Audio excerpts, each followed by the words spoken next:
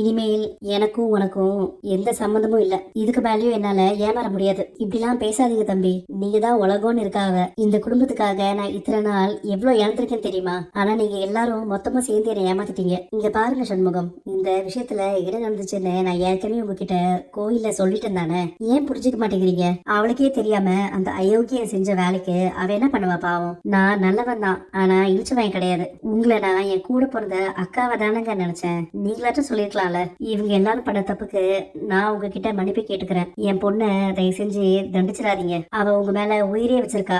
அவளை கைவிட்டுறாதீங்க. நான் சௌந்தர்யா கூட சேர்ந்து வாழ்றேன். ஆனா ஒரு கண்டிஷன், நான் அவளை எங்க வீட்டுக்கு கூட்டிட்டு போறேன். எங்க அம்மா அப்பாவுக்கு ஒரு நல்ல மருமகளாவும் எனக்கு ஒரு நல்ல மனைவியாவும் இருக்கணும். நீங்க யாருமே அவகிட்ட பேசக்கூடாது. அவளோட வாழ்க்கையில தலையிடவும் கூடாது. இதுக்கெல்லாம் சம்மதம்னா நான் அவளை இப்பயே கூட்டிட்டு போறேன். எனக்கு இதுல சம்மதங்க. எனக்கு நீங்க மட்டும் தான் வேணும். எல்லார் முன்னாடியும் உன் பையன் கையில தாலி கொடுத்து அவளுக்கு கட்டடான்னு சொன்னல, நீ ஏன் இப்படி பண்ணாத்த?